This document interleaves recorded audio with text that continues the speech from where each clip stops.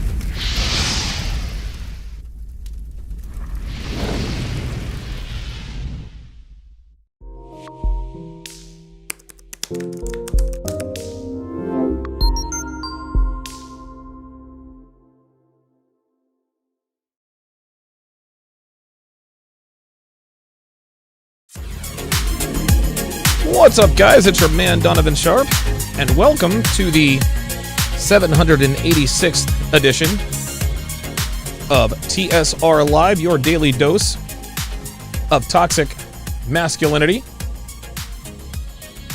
It is Friday, September 24th of 2021. It is good to have you guys in this afternoon. Of course, it being a Friday, I always give you guys my Friday reminder. If you're going out for a night on the town, if you're going on a Tinder date, whatever case may be, if you're going to the club, bar, whatever the case may be, remember 3 things on this Friday night. Number 1. Oh, thank you. Number 1, always wrap up. Use a condom. Number 2, don't drink and drive. Use an Uber. And number 3, send her that morning after text. There are a few things in this life that can derail a man's life faster and really more severely than a false EPAR accusation, a DUI, or an unexpected pregnancy as the result of a one-night stand. You do those 3 things, guys. That's going to save you a world of hurt, and a world of hurt, a world of trouble, and a shitload of money. Wrap up, call an Uber, send that morning after text. And when I say send that morning after text, I mean, hey, I had a great time last night. I'd love to do it again. And when she says, oh, OMG, me too, I can't wait to do it again, that right there is your reasonable doubt. Should a woman decide to try to use the law to turn your life upside down because you realized she was a hoe because she blew you in the parking lot at the bowling alley 37 minutes after meeting you, and you decide, well, you know what? Don't want her in my life. Just remember those 3 things. As always, we are streaming live to Facebook, MGTOW.tv, Manosphere.tv, YouTube, Twitch, and of course, in crystal clear, high-resolution 4K to Sharp Stream. This community's only independently owned and run platform, meaning it is impossible to cancel us. Not going to happen. Not going to happen. There we go. Let's try that again. Okay, very good. Much better. Yep. Perfect. So, however you're watching, wherever you're watching from, thank you for making the Sharp Reality Live a part of your daily routine. Shout out to my snipers on the roof of the TSR Towers. My guys over on Sharp Stream. Hellfong, Dre Raven, Apollo, Slapduck, Chronos Absolution, and Hemlar. Shout out to my sharpshooters in the YouTube chat. Dre Raven double dipping, Street Fighter 88. Kofich is in the house. I think you might be Kofich91 from Instagram, if I'm not mistaken. If that's you, welcome in. Glad to have you. Street Fighter 88 says, last night's interview was great. Yeah, it was a really good interview. And it appears that Devin stole the show. it appears Devin stole the show. So yeah, that was a really good interview. Pearl, listen, man, she was the discussion was good. She wanted to talk to Dev. She talked to Dev, and it was what it was. So very good, very good. The River Bacon says, hope you do a call-in today. I'd like to know why. I'd like to know why you want me to do a call-in today. Okay, listen, let's not waste any time. I'm not going to sit here and run my mouth for no reason. Let's get to the reason why we are here. Kevin Samuels, the Godfather, did a live stream a couple of nights ago. And I actually talked to him about 45 minutes before he went on and did this live stream. He said, Donovan,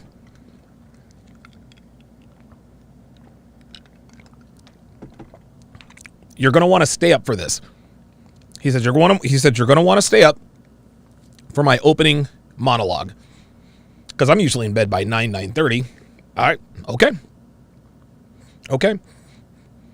Kevin's opening monologue, that is the definitive word on Kevin Samuels is gay. Kevin Samuels is gay. Kevin destroyed his detractors. And so anytime someone says, Kevin Samuels is gay, point them to that video. He squashed everything. And he did it brilliantly. So then he started bringing on the callers.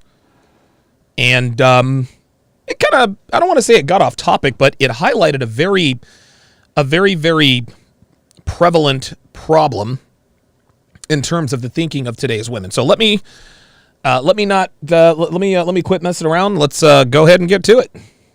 Hello. Hey, how you doing? I'm well. How old are you? I am 29. 29. She said she's 29 years old. So we're already in the danger zone. So what's the question?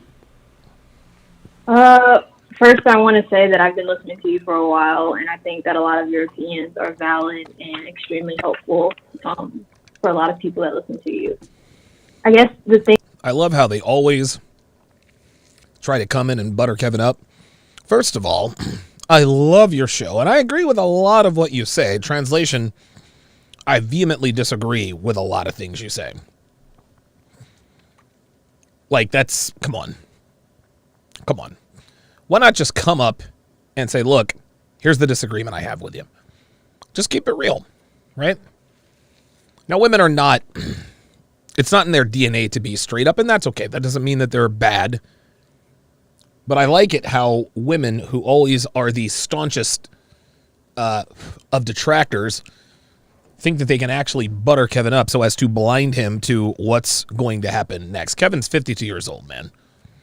He's 52 years old, dude. He's been there, seen that, done that. That's why he's the Godfather.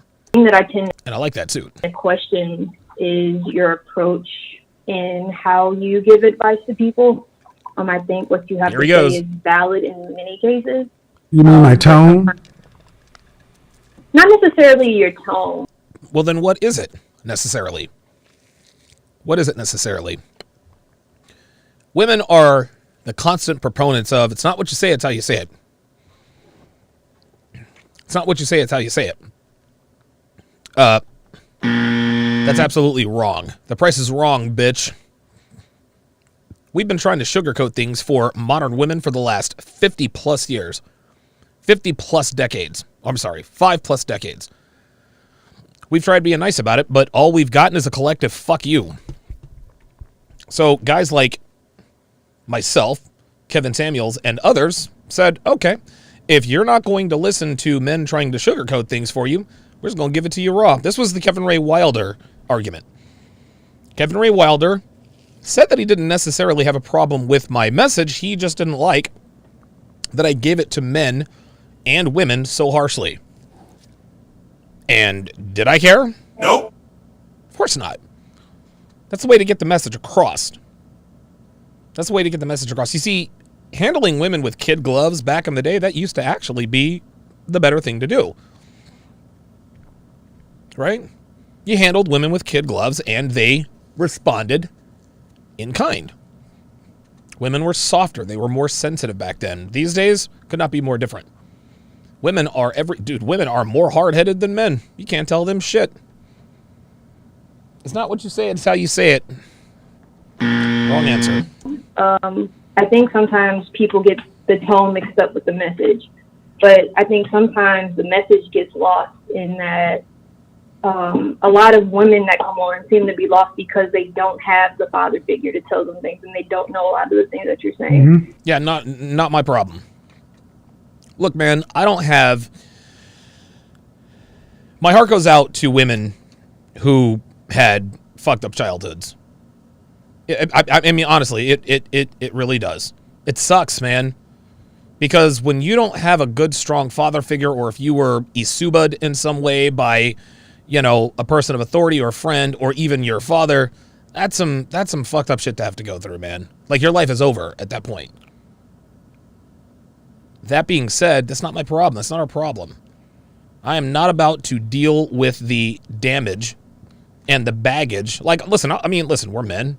We understand women aren't perfect. Everybody has baggage that they bring. But some baggage is not worth checking. It's just not. If a woman was ever isubad or epard, she's got to go. That's it.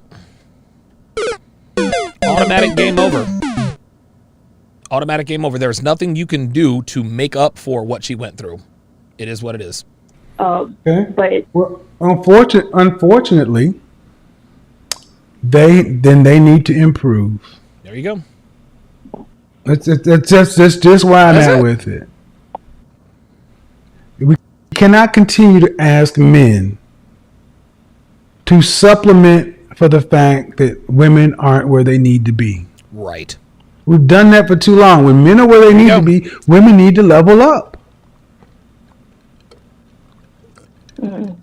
Because softening the message, changing the tone, does nothing.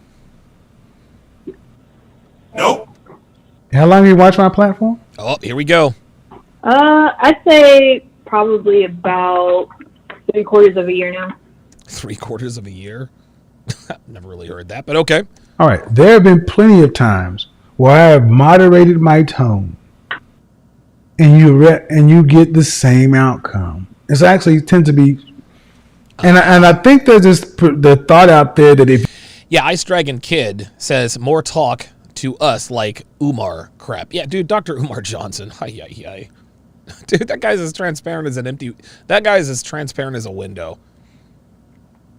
He's like a poor man's Derek Jackson. Like, that's all he does. Like, that dude, that's all he does. Is just, he tells women what they want to hear. Now, that doesn't mean he's a dumbass. Dr. Umar Johnson he's a smart man because he, like Derek Jackson, Matthew Hussey, who else is there? Jason Silver, etc. They figured out very, very early that it is far more profitable to tell women what they want to hear than it is to tell women what they need to hear. So not only do they sugarcoat the truth, they actually sugarcoat the lie. That's what makes it extremely addictive to women.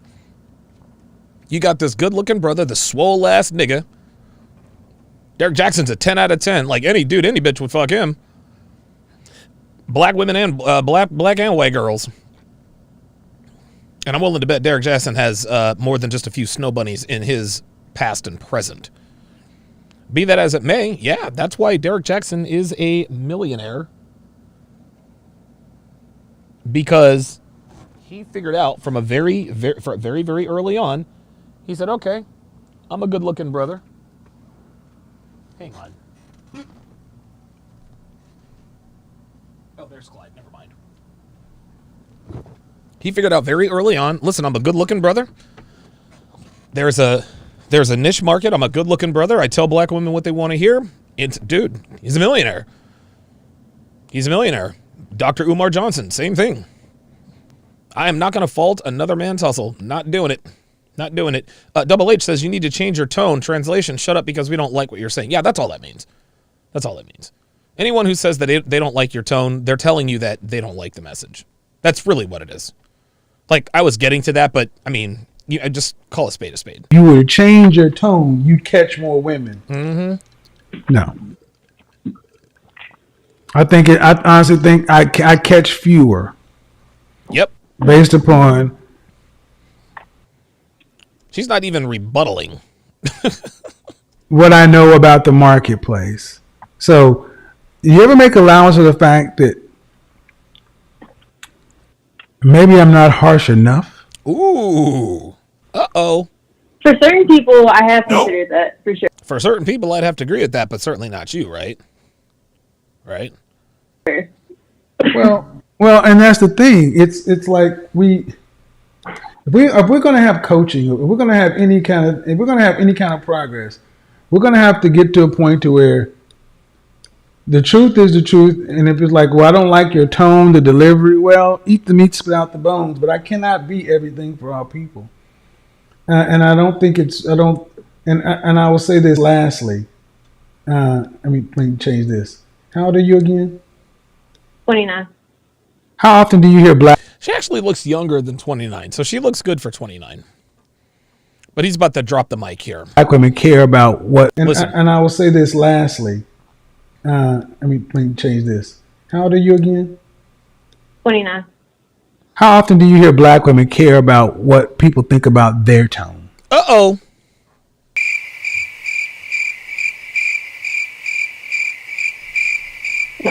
Mm-hmm. Thank you. There it is. There it is. There it is. Thank you. You tell the average black woman about her tone, and she will tell you to kiss where the sun don't shine. They'll be like, No, the fuck you didn't. yo, baby girl, soften the tone. Like, you're too aggressive. No, the fuck you didn't. I mean, I'm just asking you, it's not what you say, it's how you say it. If you change your attitude, you'll get the message across. No, the fuck you didn't. That's what we get every single time. Every single time. Dre Raven on the Sharpstream side says, quote, softening the message is where tradcons, white pills run into difficulties. Women tune out their message. The red pill message pisses them off to no end. But guess what? 19,000 plus listen to Kevin Samuels every night, and a good percentage of those listeners are women. Yep. You better believe it. People don't listen to sugar-coated shit. They don't. You get the message across by telling them the straight facts. Straight facts, homie. Straight facts. Hell, if nothing else, hearing someone speak very plainly is, hell, it's not only is it more effective, it's more entertaining. It's more entertaining. It's that's the way it's always been. Edward Mason said, I watched this whole stream the other night. There were a lot of good-looking women who called in on that stream. I certainly hope you're not talking about this woman, Edward. Hope you're not talking about this woman. New Jordan Era, welcome to Chat Privileges. Don DeMarco. At New Jordan Era, to welcome him to the TSR family. We greatly, greatly appreciate your support. We do not take any of it for granted, guys. Welcome him to the family. A New Jordan Era, NJE, I guess I'll call you. If you would, put your age and location in the chat. This way, if one of us happens to be in your proximity, maybe, just maybe, we can sit down and have a beer sometime. This is how we build communities of like-minded men. Appreciate the support. New Jordan Era also says, Dr. Umar, I like the brother, but he gets on my nerves. I don't like Umar. I don't like him at all. I don't like him at all. He is blindly don't get me started. He's just like he allows his Dr. Umar Johnson allows his audience to dictate his message. Right. Dr. Umar Johnson allows his audience to dictate the message. There are some things that I've said on my platform that a lot of my most staunch supporters vehemently disagree with. That's okay. That's okay. You guys come here for confirmation, not affirmation. Right? Yes, I talk about things from a men-centric RP point of view. That is never not going to be the case. But just because I come from that point of view does not mean that I'm always going to take the side of men. There are a lot of situations where the man is at fault. There are a lot of situations where women really are the victims. Doesn't happen often, but it does indeed happen. And I'm never going to be the guy. I'm never going to be the guy who, no matter what, always takes the side of the man. Not doing that. Umar Johnson always takes the side of black people. And I think that is very, very dangerous. Just like women who always take the side of women, no, we got to hold each other accountable. The only people Umar Johnson holds accountable are the men telling black women what they need to hear rather than what they want to hear. Let's continue. Is that accurate? Do you not? You disagree? No, I agree. I think when you talk about the average black woman, though, does the average black woman really matter in this instance? What? Well, everybody can't be above it. You gotta meet people where they are. Yeah. The average means 50%. What are we gonna do with those people? Uh-oh. What do we do with those people? Are we only concerned with? I'm throwing massive shade. I'm throwing massive shade at Rebel 5150 for living in Phoenix, Arizona. I'm also throwing shade on Michael Lance, who lives in Newport Beach. Listen, guys, if you live somewhere I want to, I'm going to throw shade. I'm hating. Stay tuned for hit pieces on Michael Lance and Rebel 5150 Exposed. The top 10%, top 20%, top 30%? What do we do with the average ones? And then how do you know? Yeah, I mean, the average ones are the ones listening to your platform and getting upset. Well, but are they the ones that need to change or improve? Yep. Go on, tell it, girl. Go on. I think So what are they upset with? So Right. what are they upset with? The fact that my tone, my delivery. Why are we focusing on that? Because those men's lives matter. probably both, But it's easier to focus on me. of course, because you're the one delivering the message. Well, because that's human nature to deflect. It's human nature. Look, I got nothing against this woman.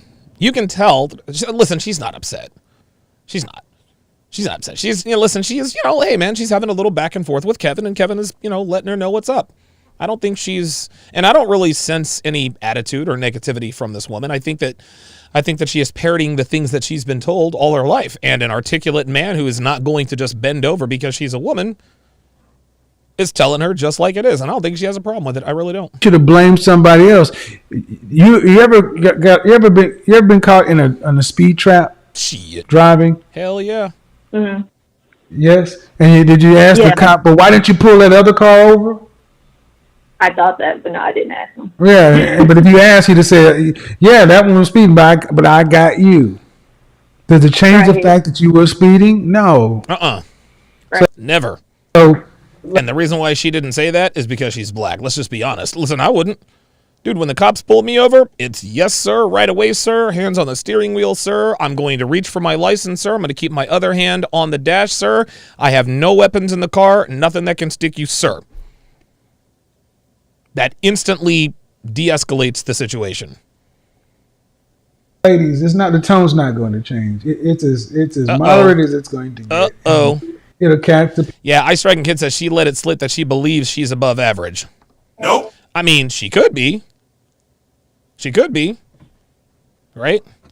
If she had another hairstyle or if she took care of herself a little more, yeah, she could, she could be above average. She's not a bad looking girl. It's just not, she's not above average. People who will want to be caught. The women who don't want to be caught, they're still here too. Oops. Uh-oh. They're here and they're listening. Don't tell them, Kevin. Don't be spilling these women's secrets now. Come on now, Kev. You going on these bitches every night. Every night. Chris RT on the Sharp Stream side says Umar is a scam artist, and you know it. A lot of people say he is. I don't know enough about Umar Johnson to make that assertion. I always know what to expect from him. I always know what his rhetoric or talking points are going to be. I honestly think far too many people today, I think, just want to have something to complain about. Oops. Uh-oh. But if you're complaining, you're doing something, that's one thing. But if you're not doing anything, it don't matter what I say. Can't help you. Appreciate it. Hold on. Hello? He said, appreciate you. Hey, Mr. Samuels, how are you? I'm okay. How are Oh, Mr. Samuels, how are you? Uh-oh. I sense a little, I'm good. I sense a little C-thrim. Y'all know what C-thrim is, right? That's right. Cloak the hood rat in me. Let's run that back. But if you're not doing anything, it don't matter what I say. Appreciate it. Hold on. Hello? Hey, Mr. Samuels, how are you? Hi, Mr. Samuels. How are you? How many times has that woman ever used that salutation? Yeah, that's what I thought. I'm okay. How are you? I'm doing well, sir. I appreciate you having me up here. What do you got for me? So I am a mother of 3 sons, and your content, like I told Dr. Johnson, has.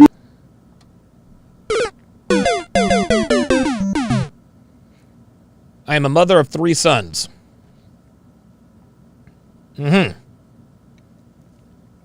So she's clearly off the dating market. Got it. Made me a better parent. The question that I have for you, though, is what happened to the time frame when our young adults had to think about their place and who they were in the world? Like, I'm one of 3 girls, and at one point I was like, I don't think that I'm the attractive sister. So, No, you don't say. But look, she doesn't have any control over the way she looks, at least in the face, right? Like, I'm never gonna make fun. Listen, I'm never gonna make fun of. She's clearly not overweight, right? But okay, so she's not so easy on the eyes. All right, that's not on her. That's not on her. That's the way she was born. It is what it is. It is what it is. Listen, dude, I'll make fun of fat girls all day long because fat girls have control over their fatness. I'll make fun of fat dudes all day long because fat dudes have control over that. But if you're a woman who was born ugly, I'm not going to I can't, like, I'm not going to crack on something I'm not going to crack on something someone has no control over. And if there's some sort of genetic defect, whatever the case may be, that's not on her. So I find it disingenuous that people, he's balding. Like, he doesn't have any control over that. She's ugly. Well, listen, if she's overweight, then maybe you can make that assertion. But this woman not being easy on the eyes, it's not her fault. how do I move forward accordingly? When did our kids stop doing that? When did our kids stop? Make it a little bit more simple for me. When did our kids stop? Assessing themselves in life, like I'm 18, I'm a 5. River Bacon says, haha, why are you going to do her like that? Man, I'm not being mean. I'm not trying to be, I'm not making fun of the girl. Like, I'm being serious. I'm not being facetious. I'm not gonna make fun of anyone for something they have no control over. So The things that you ask. When we start giving 8th place trophies and participation awards and social probation. Yep. When we took competition out of schools. Yep. So like the 80s? Well, and not in the 80s, closer to the mid 90s. When we started going to this social promotion, participation trophy, everybody's equal, everybody get the shot. Competition is a way to gauge yourself, where you rank. there you go. When you were in elementary, did you participate in the spelling bee? I did. Yep. Did you ever win one? Nope. I didn't. No. And neither did I. And did you want to? Of course we did. Of course. Right. So did I. And the closest I ever got was probably like to the top, to the 30. top 20% or something like something that. like that, Never yeah. got in the top 10. I was me. always gone. I was better. I went past the midway. But you know what that made me realize? You're not that great of a speller, Kevin. There you go. Listen, I'll tell a quick story. Since before I can remember, I'd always wanted to be a Major League Baseball player. Always. Like, that was my dream. First, when I was a kid, I wanted to be an astronaut. Then after Top Gun came out in 1986, I wanted to be a pilot, a fighter pilot. An eye injury clearly disqualified me for that. But I was I was a very, very, very good baseball player. I was awesome. I made the varsity team at Mauna Loa High School as a freshman. I was that good. Me, 14-year-old Donovan Sharp, playing with 17, 18, sometimes even 19-year-old men. And I belonged. My batting average was regularly in the 370s. I'd hit 6, maybe 7 home runs per year. My first year at Mauna Loa High School, 6 home runs, hit like 390. I was really, really good. I was a great center fielder. I was speedy. I was good. Well, we moved from Hawaii to Altus, Oklahoma. I made the varsity team easily. Coach Freeman, never forget him. I was easily one of the best players on the squad. Again, I'm a 15-year-old sophomore. On that team were a couple of seniors. I don't want to mention their names, but they were really, really good. One had already been drafted by the Royals, and I think one got drafted by the Mariners. One was a catcher, one was a pitcher. They were both really, really good. Really good. And the pitcher who was drafted by the Royals, his name was Carl. I don't think I ever didn't not get a hit off of him. He'd strike out most, if not every single batter he ever faced in practice. Never got me out. I'd either hit I was really, really good. I was like, dude, Carl, I don't want to say his name, cannot strike me out. I really am gonna go to the big leagues. Like, holy shit, I'm really gonna do it. Like, I'm actually thinking this as a sophomore in high school. I'm thinking, I really can make this happen. Until one fateful September afternoon at a tournament in Hobart, Oklahoma. So we played against Mangum High School. Mangum High School also had a sophomore superstar by the name of Braden Looper. You can Google him. He's a 2-time World Series champion. He won a World Series with the Marlins and one with the Cardinals. One of the better relief pitchers in the league for, I would say, the better part of 6 to maybe 8 years. His name is Braden Looper. This kid was 15 years old, threw 97 miles an hour. Now, Looper wasn't pitching that day. It was another guy. So we're spanking Mangum, Oklahoma all over the place. We have a 12-0 lead in the 6th or 7th inning. So in the dugout, we start chanting, "We want Looper, we want Looper." We all wanted the coach to come out and, hey, we want Looper. We're kicking your guys' asses. We want Looper. Bring him out. Braden was playing shortstop. Sure enough, coach comes out, taps his right arm, points to Looper. Looper is on the mound warming up. It's like the ball, he's a right-handed pitcher. It's like the ball disappeared from his hand and ended up in the catcher's mitt. I'd never heard anything like it. Carl Ballard, a senior, 18 years old, did not have anywhere near the stuff this 15-year-old kid, Braden Looper, who, by the way, at that point had thrown 6 straight no-hitters. That's how good this guy was. That's how good he was. Same age. So who's the first guy to hit against Braden Looper? That's right, this guy. And guys, I was excited. Because everyone knew Looper was definitely going to the bigs. We all knew he was. So I said, you know what? This is my opportunity to really, because, listen, I wasn't delusional as a kid. I was not delusional as a kid. I didn't play, it was clear that I didn't really play against the best competition in baseball. I mean, how many major leaguers come out of Hawaii? What, Benny Agbayani, the flying Hawaiian Shane Victorino? I mean, we got a few every once in a while, but Hawaii is not really a baseball factory. Hawaii is really more of a football factory. Guys like Marcus Mariota and Tua Tagovailoa went to St. Louis High School, which is a national football powerhouse. Baseball is not really a Hawaiian sport. Like, they play baseball in Hawaii, sure. But the reason I was really good is because the competition there just was not at the level that it should have been. So I step into the batter's box against Braden Looper. The first pitch he threw me, I didn't even see.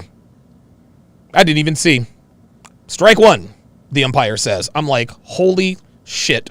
this kid throws really fucking hard. But I didn't get discouraged. I said, okay, I've seen his best fastball. I'm going to be ready for it now. I made my mind up. I'm swinging no matter what. He throws another fastball right down the middle. I was ready for it. I fouled it off to the left side. It was left-handed here. I fouled it off. My hand stung on that bat like they'd never been stung before. I'd never felt anything like that. Bing! Ah! I dropped the bat.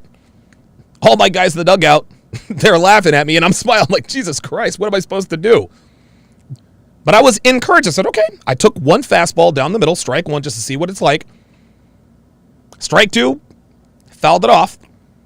I said, all right, I've seen a couple of fastballs. He might throw me something that moves. It's 0-2.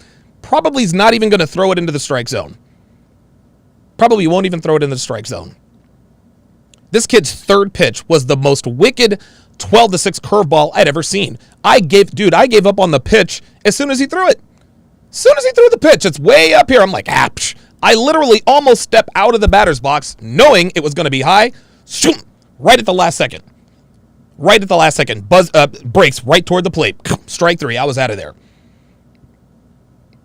My next two at-bats against Braden Looper, both strikeouts, both on 3 straight pitches. The only time I made contact off of Braden Looper was that second pitch foul ball. I was 0 for 3 against Braden Looper, and that is when it became clear to me that I probably wasn't going to play Major League Baseball because this kid we all knew was going to go to the bigs. This is my time to shine. Like, if I really think I've got what it takes, then this is it. Braden Looper humbled me, and I wasn't distraught. I said, okay, well, it looks like I'm going to have to find another career path. The point is, guys, is that in my generation, Generation X, we knew that there was a clear difference between winners and losers. You were either good or you were not. There's a lot in between, but by and large, we're very realistic with ourselves because we were forced to be. There's a field, you guys all remember field day in elementary school. That was great, but it was competitive. There were winners and losers. Not everybody got a fucking trophy. Not everybody got an ice cream sandwich. Oh no. To the victor go the spoils. Well, kids these days are not privy to that kind of competition. And that, in large part, is why this generation of kids is very soft, because they have no idea what it's really like to lose. They have no idea what it's really like to be defeated. Very true. Okay. So I wasn't in the beginning, so I didn't get to say the 2 things that I question about what you say, if you don't mind. Right. You talk about the weight of women, and I agree with you. I used to be 330 pounds 15 years ago. Damn! God damn!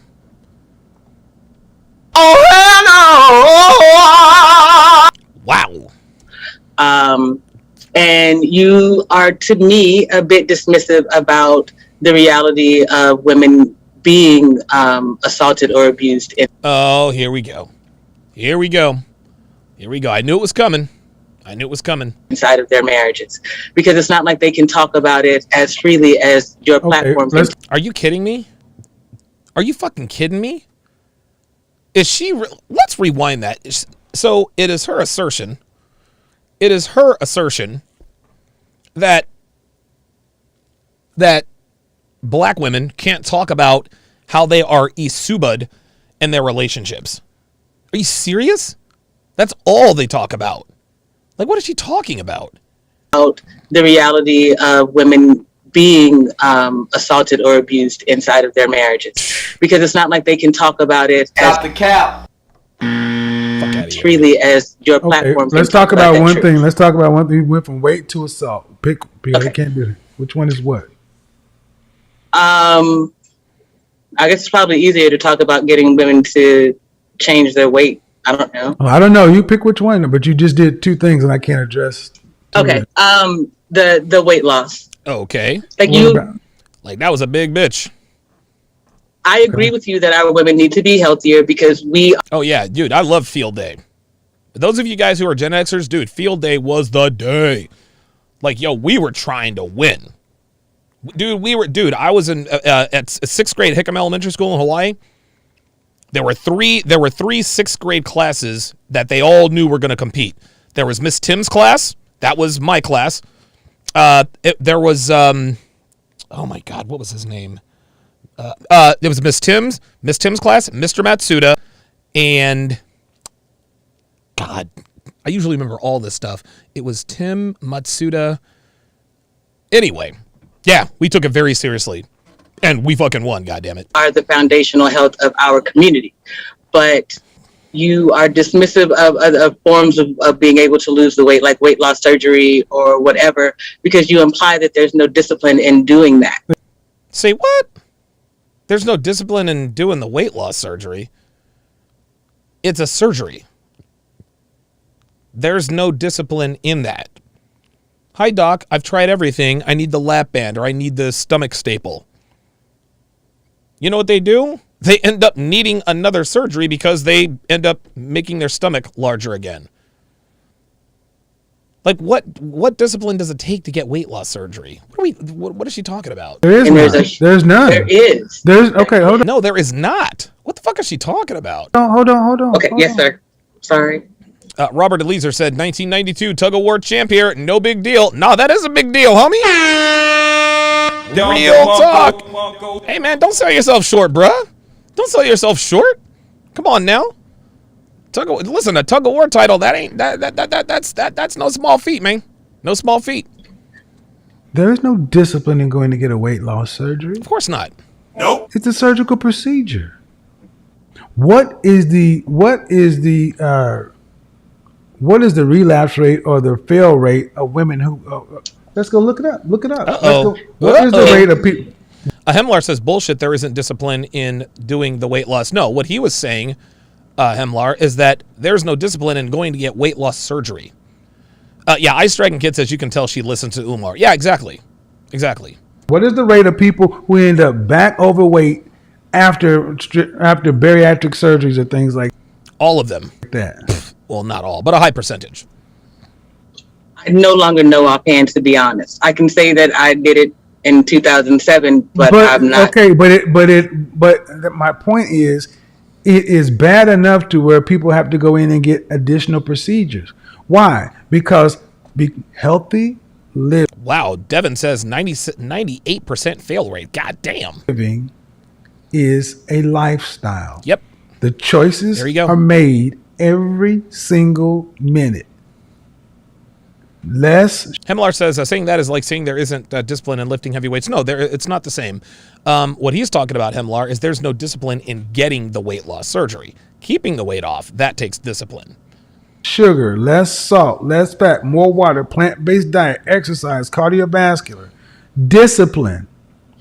Going to get nipped and tucked jump starts the process, but if you don't have the discipline to change your diet, you're going to end up back in a similar position and or worse. As Ostrike says in the on the YouTube side, says, I know one chick who got the stomach surgery. She's in the process of ballooning back up as we speak. Yeah, that's how it goes. This is why on My 600-Pound Life, Dr. Now makes sure that they change their lifestyle before he gives them the surgery. Right? He says, okay, I'm going to give you 2 months, and in 2 months you should lose 60 pounds in 2 months. And if you lose 60 pounds in 2 months, I'll approve of your weight loss surgery. He is enabler. That's what Dr. Now does. Dr. Now Zarden.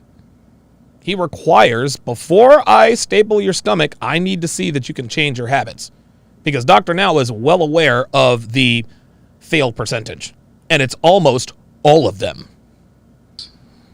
Okay. And that was the thing that I needed to hear that I hadn't heard.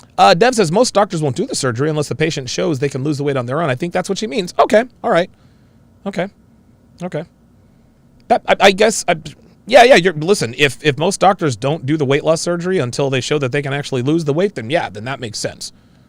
That makes sense. You say before, because I agree with you that the surgery is simply a catalyst, it's a jump start, but you have to have discipline. And now our community lacks discipline. I agree. I'm not a fan of surgery in the first place. Man, I'm a cancer. Hello, how y'all doing? It's funny, you can tell Dr. Now I think is Iranian. and he lives in Houston, Texas. And you can always tell where a non-native English speaker learned English.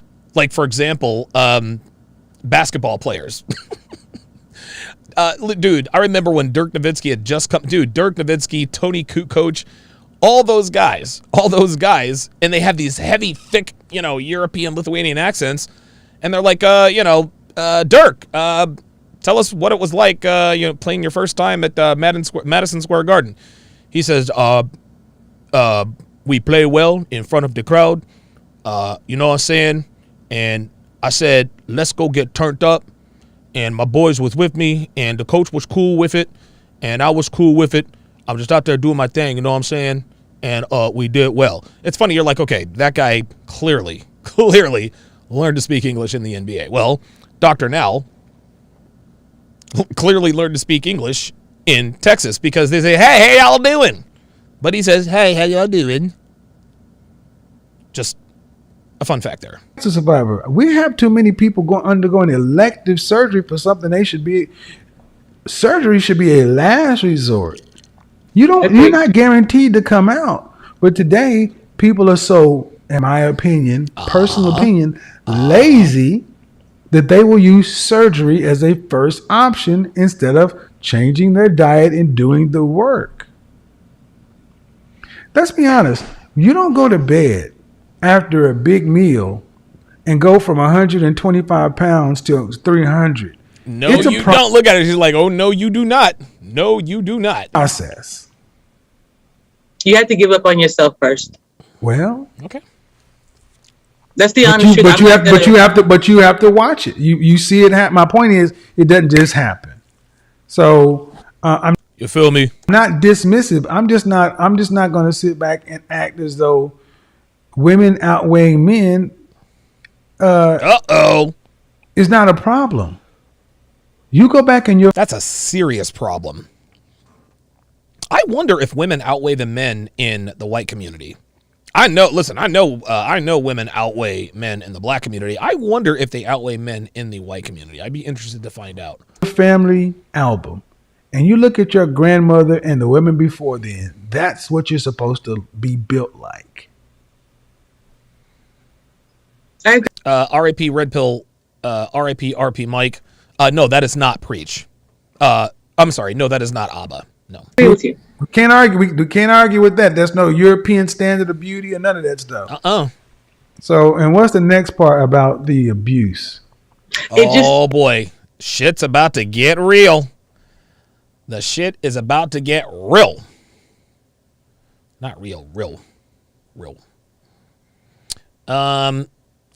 Michael N. Welcome to Chat Privileges. William Osborne, welcome to Chat Privileges. Isn't the Green Goblin, isn't his last name Osborne? Or am I mixing that up with the actor Willem Dafoe?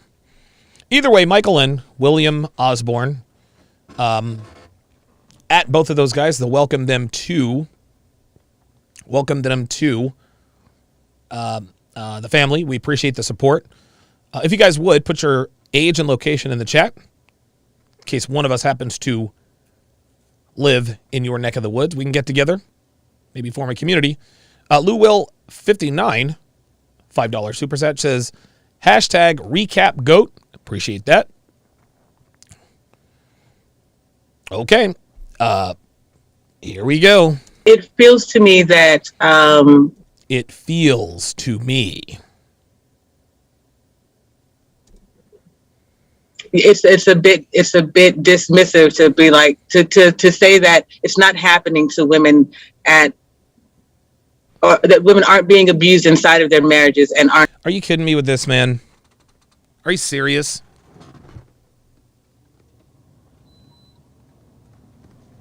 So because this is a men's channel. See, this is the problem with women. They want men to talk about women's issues. Nope. Guess what? More men talk about men's issues. More men talk about women's issues than men talk about men's issues. Fuck out of here. Able to leave immediately. Who said that? Who said that? it's not that you just said that. It's just that you did not. You say go to therapy, or you say, yeah, okay, there's a place for it. It's the No, it's ma'am. Hold flippant to on. No, me. you're missing. You know, So she says he's being flippant about it, or he's being dismissive. no. You're convoluting things, conflating things. When women tend to talk about abuse, one of the first things I ask, why'd you end up getting a divorce or leaving your relationship? They say for domestic violence. And then, Right? and then, And I ask, were there police reports filed? What tends Nope. to be the answer? No, but there's a No. reason for Hold that. on. no, but there's a reason for that. Well, hold on. What reason could there be, sweetheart?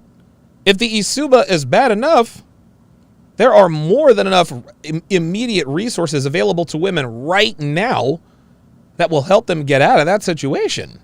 So now we're going to make excuses for women not going to the cops? Come on. I don't care what the reason is. Right. And I'll tell you why I don't care what the reason is. This is the men's platform. Goddamn right. And I am advocating for men because far too often women can simply say domestic violence with no proof. Real talk. And men pay the consequence. That's right. The reasons be damned. If it's big enough for you to walk out of your marriage, you should have slid by the police station. There you go. To at least put it in the court record. Now, what you ladies want to try to seem as though is everything is just such a critical situation where a woman needs to leave and she needs to have all these protections and she So then do it. All the women. You want to know why these women aren't reporting this domestic Duracell? Is because it's not happening.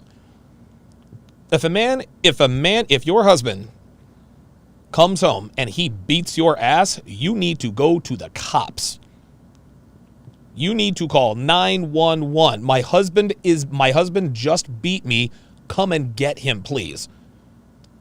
Dude, they'll be at your place in Dude, 3 minutes later, they're banging on your door. Real talk.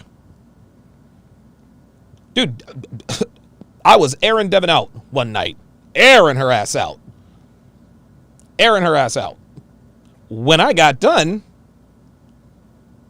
I go up, I go upstairs. I'm just getting ready. I see a couple of cop cars, like, pulling up, and out jump 3 6'5" dudes. I was like, damn, I wonder who they're here for. Guess what? I heard a banging on the door.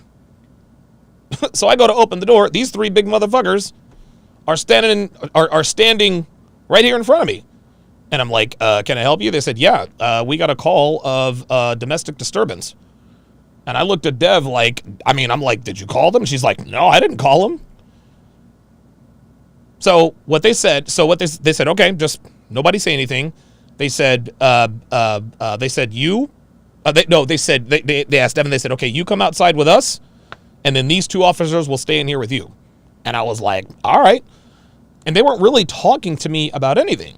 They saw pictures on the wall, they were like, oh, see, you guys went to Hawaii. I was like, yeah. We went to Hawaii back in 2016. I was showing them all kinds of stuff. I knew I wasn't guilty of anything, right?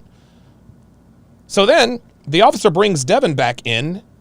He tells me to come outside along with the other 2 officers.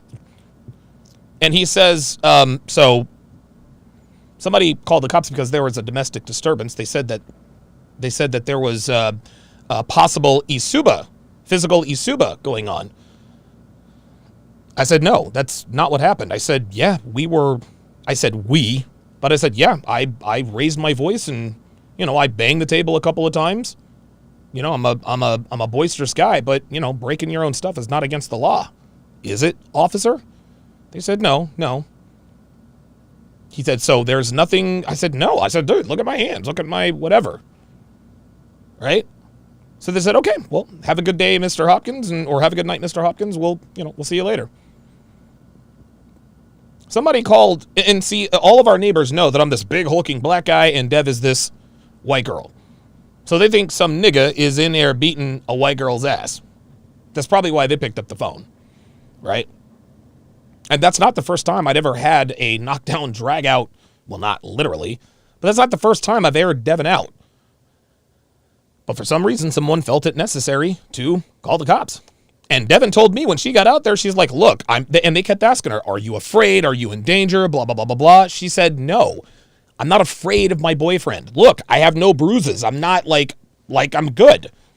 Like, fuck out of here. So they said, okay. And they asked her, are you afraid? Listen, just tell us you're afraid and we'll take him in. She's like, guys, I'm not afraid. I'm not afraid. All Dev had to do was say, I'm afraid. And they'd have locked my ass up. I'd have been gone for 3 days, at least 3 days. Real talk. The point is that women do get advocacy. Anytime a woman is in distress, all she has to do is say something. Doesn't even have to be to the cops. Be on social media, on her Facebook, Instagram, and everybody just rushes to believe her. So for this woman to sit here and say that what this woman is essentially saying is that Kevin Samuels, with his platform, is responsible for pointing out the plight of black men and black women. And to that, I say, fuck that. Get the fuck out of here. You kidding me? You want this dude to be Dr. Umar Johnson? No, fuck that. Fuck Umar Johnson. Fuck Creflo Dollar. You are not about to turn Kevin into those guys. Go on back to them, man. You ain't finna come in here and change Kevin's message. The fuck you think you are? He's having to do all this stuff in the middle of the night, and that is not the norm. That's not it happens, but it's not the overwhelming percentage. Nope. And what also happens when I tend to ask about domestic violence, I ask, did you return fire? They Or say do yes. most women say yes? Of course they and do. then I ask about, what about you in emotional and verbal abuse? Yes. Where are the police reports? Men can't file those things. So my question is to you, why is it that men should just accept what a woman says without proof? I don't think that they should. I just did an entire video on how we should do a better job of being loyal to our men. And Double H says, I know Italians and Cubans talk very loud and are very animated with their hands. I mean, look, dude, I was throwing shit around. I broke a table. the situations that are going on in the court system today, while I may I feel a certain way about what's happening or what R. Kelly and Bill Cosby may have done.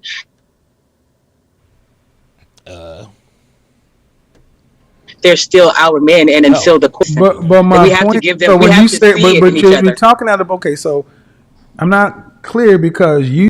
So Wheezy Bird says, damn, that's it? Just saying you're afraid? Wild. Yeah. I mean, dude, I'm 6'2". At that point, I was probably, 230, 235. I got sleeve tattoos. I'm standing there with my shirt off. I've got a handcuff necklace on. Yeah. They're ready to take me in, man. You said that I'm dismissive. And then you're saying that I don't understand. I chose the wrong word. I think I should have said flippant. It just seems as though it's only a beat instead of it's a pause in a thing that should be longer. It's negative. The conversation should be longer. No. Is what I'm saying. No. I'm saying that when I hear women say that they left their marriage or relationship because of DV and there's no paperwork, I'm skeptical. Okay. I can accept that. See, again, what she says is, I think it's usually just a pause, just a beat, and then you move on. There are so many other. You know what? This reminds me. This reminds me of my debate with Guste Janis. This reminds me of my debate with Guste Janis. Guste wanted to say, hey, look, like, you should advocate for EPAR victims because 600,000 women were EPAR'd in 2019 and not advocate for the false victims of false EPAR reports. Here's that portion of the interview. Little number. Why are we focusing on that? Because those men's lives matter. They matter. And so do the women who are being raped every fucking day. So I think that matters more, honestly. There's a larger percent of women being raped than there are men being falsely accused. Okay, so because focusing on the wrong issue. Okay, no, I just want to make sure I'm understanding you correctly. So because more women are being raped than men being falsely accused, you're going to empathize more with the victims rather than the accused.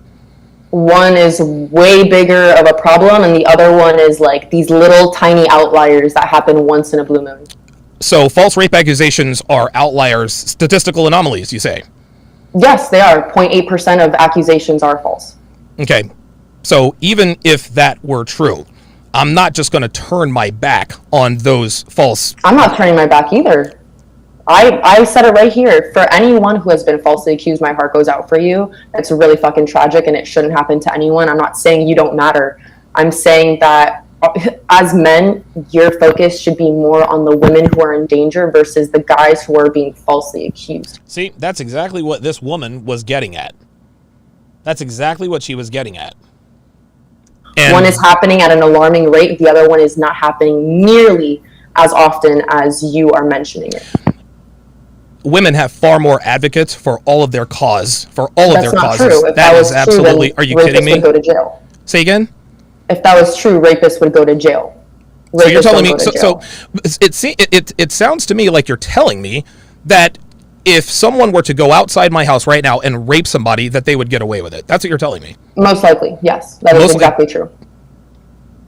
So you're telling me that most rapes that happen in America are not prosecuted. Most men that truly do rape women are not punished. They're just allowed to rape 1,000 rapes, 994 men walk free and are not prosecuted. Okay. And like I said before, and see, a lot of guys got on me. Oh, you should have challenged her on that. There's no need for me to challenge her on that. She was 1,000% wrong. I can't convince her she's wrong. As ridiculous a number as that is, 1,000 reported EPARs and 994 went free. Like, where did that come from? No. My intent was to show the world that she was arguing in either bad faith or just straight up ignorance. My heart goes out to those 994 women. But trust and believe, women have a lot more advocacy than men do. This is why channels like mine exist. See, there it is. She says not true. What is she talking about? She's sitting here telling me that I said women have much more advocacy than men. And she said not true. What, like, come on.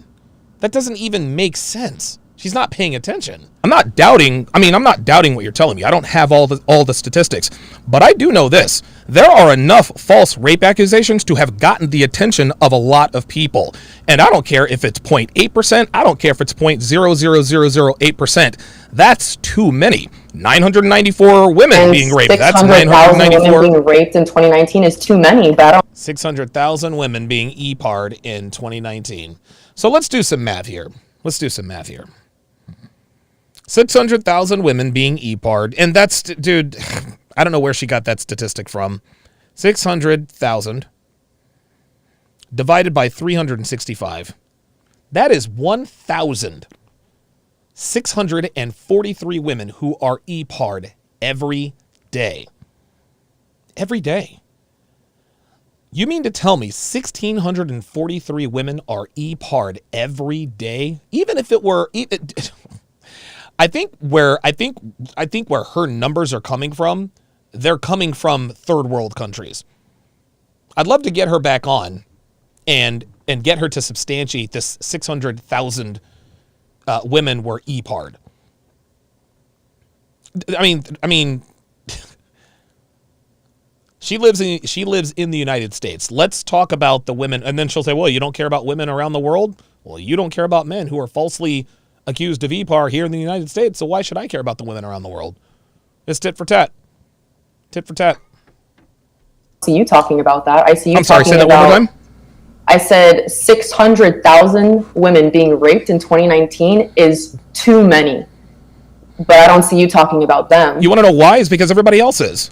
Very few people talk about the false rape. I'm not trying to wave you. I'm not going to say that one is either better or worse than the others.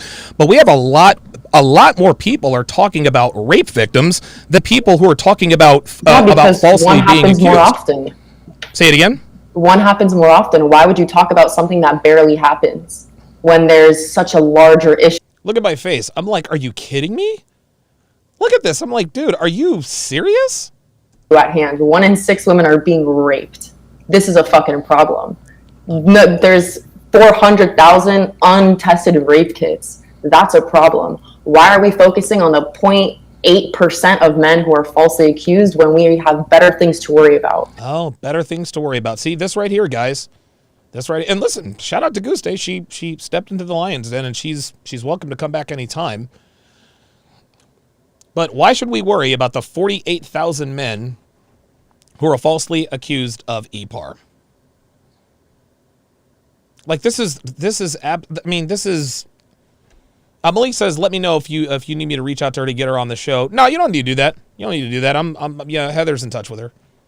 We're trying to schedule her for another go around. But again, you guys can tell that I don't think she's arguing in, maybe she is arguing in bad faith. It just seems that she just doesn't know. What she's talking about is ridiculous. So there are better things to worry about than, yes. Okay, so 600. So let's do some math here. Listen, if that's what you think, I'm not gonna vilify you for that. That is what it is. So 600,000 times 0.08. So wait, that's 0.08. That's yes, I did the math. So that's 45,000 false rape accusations.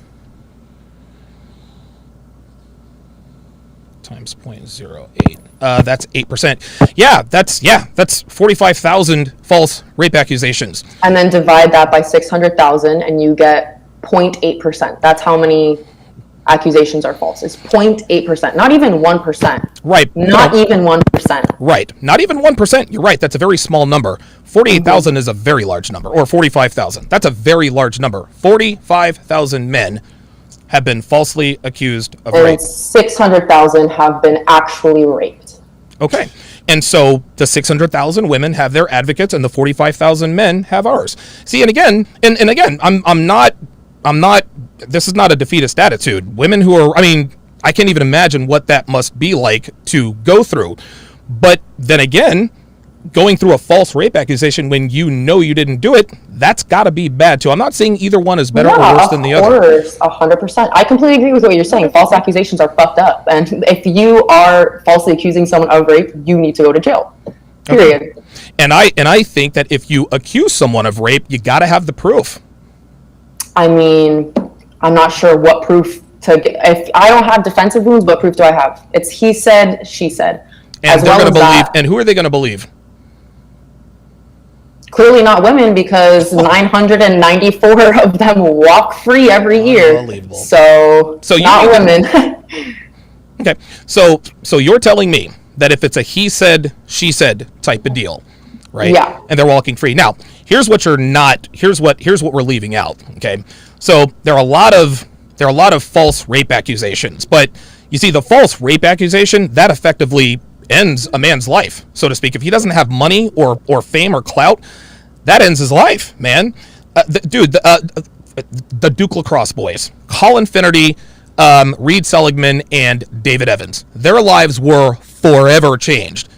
They were forever changed. They had to go and change their names legally, right? And again, we know that they were not guilty, obviously, because of the whole DNA thing, right? But the point is that you have to have proof. Crystal Gail Mangum lied because she knew she'd get away with lying. And the reason why, now here's the thing, I'll agree with you on this. I guess the reason why rapes are on the rise is because you're telling me that most rapes don't get prosecuted. I guess that remains to be seen. I guess I'll have to do some research on that. But you want to know why women continue to falsely accuse men of rape? Because they're not being prosecuted for falsely accusing men of rape. You see, when a man gets falsely accused of rape, he loses his job. A lot of times he loses his family. He becomes a public pariah. He's got to move, change his name, and he didn't do anything. Again, Brian Banks. Yeah, that sucks. Yeah, it does. So again, wait, Brian Banks? You probably don't even know who Brian Banks is, do you? No, I don't. And again, listen, it's not slighting you. I wouldn't expect you to, because listen, you're a woman. You're focused on women causes, so you're more in tune with what women are doing. Well, I'm a man and I have male sensibilities, so I know who guys like Brian Banks are.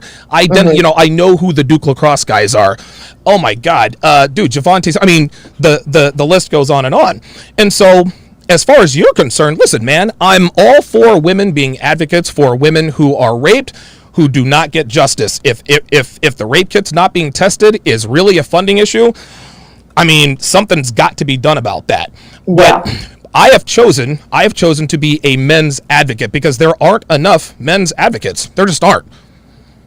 Oh, 100%. I think that, but here's the thing. It's just like, for example, when I was on Fresh and Fit, Myron is constantly saying like, oh, like showing your feelings and like emotions, like that's weak and like no one likes that, it's not attractive. But in order for women to understand the problems that men are facing, you guys have to talk about it. You guys have to speak about your emotions and your experiences with these kinds of things. It's an important discussion to have.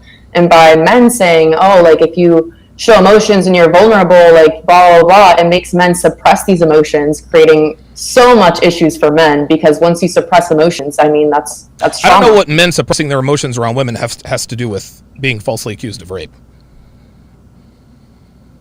We were talking about something else I don't remember. But. Okay. Yeah, she just kind of got lost in the sauce there. But yeah, that's the main point. That's the main point. Women are taken at their word that these things happen. And when they're not, they don't know how to act. Wait a minute. If I said I was E-Part, I was E-Part. Where's the proof? Right? And, I mean, Guste said herself, if I don't have defensive wounds, where else? I mean, what do you... listen, if you were E-Part, meaning you were forced to have sexual intercourse against your will, there will be defensive wounds. Then you get a rape kit done. And then she gave some documentary, 400,000 rape kits haven't been tested and this and that and the other. So her argument was that most men who commit the crime of E-Part get away with it. And that's not even close to true. Yeah, Stephen Ortiz says, don't forget the Brooklyn Five. Yeah, the jogger case. The jogger case. God almighty. Antron McCrae. Man, who were the jogger five? Corey Wise. Raymond Santana. That's 3 out of the 5. But, yeah, right. But this woman wants to sit here and complain that Kevin is being flippant about women saying they're victims of domestic Duracell. Okay. I'm skeptical based upon too much case law and too much evidence. Ooh. All right. Okay. Thank you. We're in agreement. So thank you very much. I appreciate it. All right. Bye-bye. Too much case law and too much evidence. Real motherfucking talk.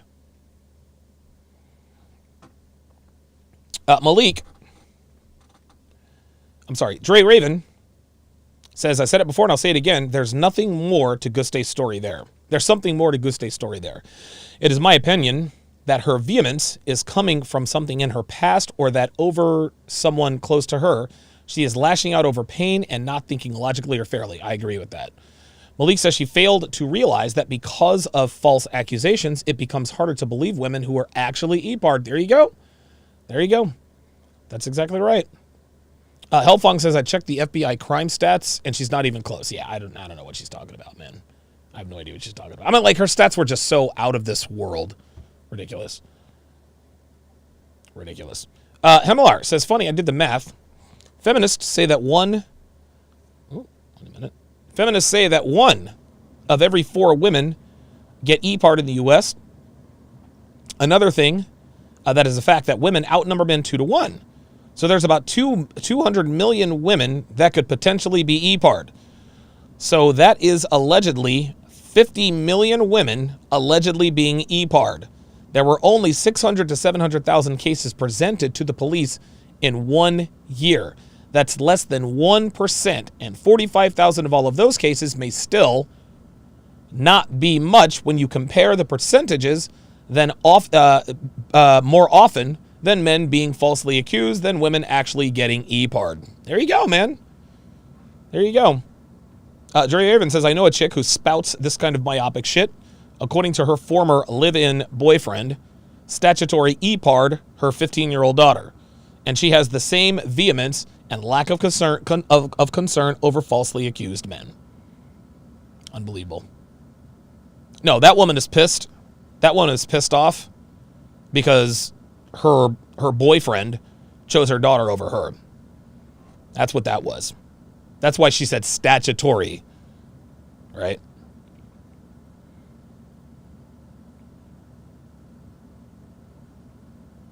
Okay, let's continue. If I can find it. There we go. Yeah, and I think that women should feel that way too. You got sons, you got brothers. Women shouldn't just be able to say something happened and it'd be all right. Real talk. Hello, Mm. Hi, how old are you? I am 43. Woo, Hi. 43. What's your question? My question to you is,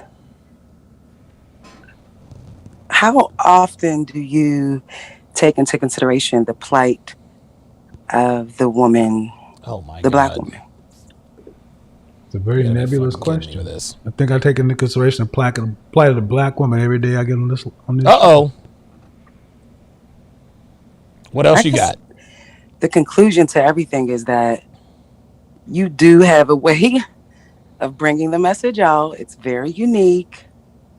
And a lot of people just don't know how to receive it. I was having a discussion. I'm in a women's group, and I had spoken to someone, and she told me the way I spoke to them, she didn't like it. And I said, everybody's saying that we can't do this. I do speak to a lot of women who don't like to be told about themselves. So what's that got to do with anything? I have been a woman who's done a lot of work on myself. I had to go and do a lot of introspective work. And I've been listening to you for a while, and I have a lot of conversations about you. I do respect you. Mm-hmm. I just don't. No, that's not Dennis Rodman, Roscoe Johnson. I guess I don't have a question. I guess that Well, was the question. Let me ask you a question. Sure. Straight, you ready? It's a fastball. Why should black men have to take the black woman's plight into consideration? Oh, uh-oh.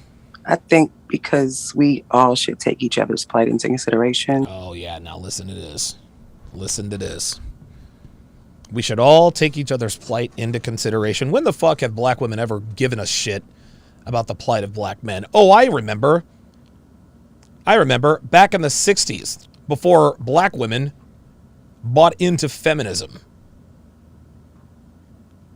So now we're talking, what, 50, 60 years? Black women don't give a fuck about the plight of black men. And I'm not here to complain about it. But don't then ask us to give a fuck about your plight. I do know that men have been missed, and I do understand why you are Well, there we go. There we go. So what's the problem? bringing forth the information that you bring forth, and you're like a highlighter to things. And If you had to say whose plight has been more considered in the last 50 years, would you say it's been black women or black men out of the two? It's been black women There we go. because of the way they've been able to get in on different. So when men are often asked, do we take into consideration the plight of the black women? It's like, when is it going? Yeah, DJ Berserk says, I'm back at the beginning, didn't get my notification, had to resubscribe. Yeah, YouTube is playing games with my sub counts again, guys. They're taking subs away from me. Yeah. But just make sure you subscribe, resubscribe, and subscribe again. To be enough or our turn? Dr. B84 says black women do not care about black men's plight. Hashtag Nope. It's like we can see observably black women have had far more of their issues addressed than black men. and that's exactly what I told Goose Day. Even down to the boy level. Black boys are reading at the 4th grade level. The plight of black boys, the next group of men, is horrible. It is. But it seems to be that we're always ready to take the women's plight into consideration, but yet we don't talk about the men. How about this? When will black women be ready to focus on black men 100% and on them 0%? I believe. Philip Zimmerman, $2 says, "Is it weird how much your women trash you all?" I don't really know what you're talking about. You got to be a little bit more specific there, Philip. Gonna have to be a little more specific. To balance the scale, to catch us up.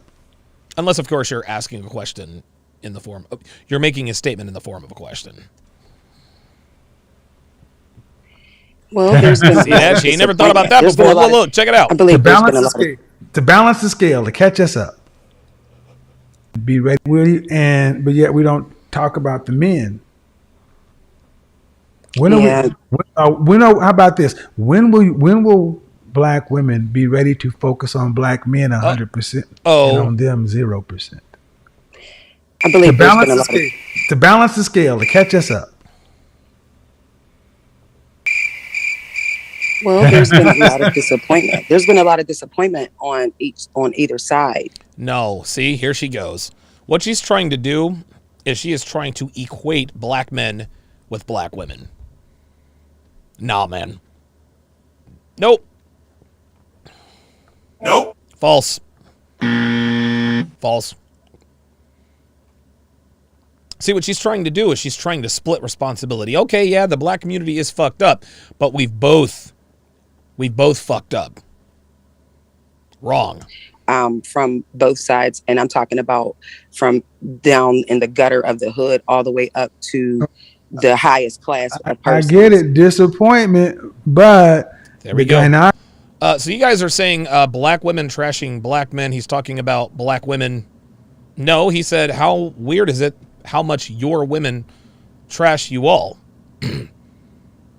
I mean, black women talk all the time about how white girls are taking their men, and our response is, we don't belong to y'all. We're not your men any more than they're our women. So that's why I asked him to elaborate or specify, because it doesn't really say much. Is it weird how much your women trash you all? I don't know. You got to be more specific, Phil. You got to be more specific here, buddy. I mean, I'll answer your question, but I need more information. Democracy still reigns. You're still, even in the land of the blind, the one-eyed man is king. There you go. You're still on top, even in the hood. There it is. What I'm basically asking is, when are black women going to start considering the black man's plight above their own? Never. And you want to know something? At this point, I don't care. I mean, listen, maybe that makes me a bad person. I don't give a shit. Dude, I don't need any woman to care about the plight of men. I don't need black women, white women, Hispanics. I don't need women to... We don't need women to care about our plight. We don't. We have proven as men that we can do it without chicks. We can do it without women. We don't need female advocation to push our goals and agendas forward. Shout out to William Osborne with the $10 super chat. Says, great content. Keep the truth flowing. You know it. Including their brothers and sons. I do believe that even going all the way back into slavery that we did. Basil Denson, $2, says this woman is dangerous. Talking about Goose Day. Yes, she is. And I've said that before. That's where the pimp and hoe game came from. Let's just be clear and honest. What happened? It's where the pimp and hoe game was born at. The pimp and hoe. So now she's going to blame the deplorable state of black women on slavery. Here we go. Men not being able to work. I get it, but we're in 2021. I'm not going back to slavery. I'm going to say, when are women? I wanted to finish with the pimp and hoe thing. It's kind of gotten to a de facto pimp thing, like where men have come into homes and left it off of the corners, and now they're in homes trying to do things to women's minds. And hold on. Do things to women's minds. Okay, fair enough. But women aren't trying to do things to men's minds. Women aren't trying to do things to men's minds. Listen, this woman is right. We got some modern day pimps out here who run circles around these hoes psychologically. They are psychologically superior. They know what to say, how to frame it, etc., etc. But More women do this to more men. I said that to Jen when I debated her on the Lead Attorneys podcast. I said, look, man, yeah, men do shit on women, but women shit on men a lot more than men shit on women. Women shit on men as a matter of habit. Like, what the fuck are we doing, dude? Hold on. Men are doing what? They are bringing, like, you know how a pimp is just a pimp. They just admit it. They admit that they are who they are. And so there's a game to that. And then there's the square world. Now, when you what are men doing? The square ones, huh? Uh-oh. Look, you let them talk long enough. Eventually they tell on themselves. There are certain men. I'm not going to say all men because I do respect a lot of men, and I do have a lot of respectable men in my life, so I will not just... So why are you single at 43? I'll wait. Yeah, I didn't think so. Try to bash men. What are men doing? There are certain men on an average level, because I know you say a lot of men. What are men doing? Date average men. Listen, you said a lot of women don't want to date. I need you to get to what men are doing. These average men. I want you to be clear. I want to be clear on which men I'm speaking about. There are certain average men that will go into a woman and they want to know how many degrees they have. They actually want to know how much money they make. What? And they want to kind of get the woman to support them. That's not an average man. That's a pimp. That's what that is. Like, what kind of niggas is she dealing with? Like, real talk. Yeah, Roscoe Johnson says she dates pimps. Yeah. That's why she's 43, single with 3 kids. Likely by 3 different niggas. Fuck out of here, man. But there are men that do this. Hold on, ma'am. Hold on. Nope. Now we got a problem. What's the problem? Uh-oh. He said, now we got a problem. Oh, boy. Mexican Man and Cheese. That's awesome. $5 says, women consider themselves more empathetic than us, but have zero availability to look at our struggles. The empathy only goes as far as the nearest woman. You're right, but I'm good with that. Break it down. Because you come in with that same old bullshit. Oh! 54% of black men are single and childless. Yep. 50 freaking 4. 61% are in the middle class. 30% are married.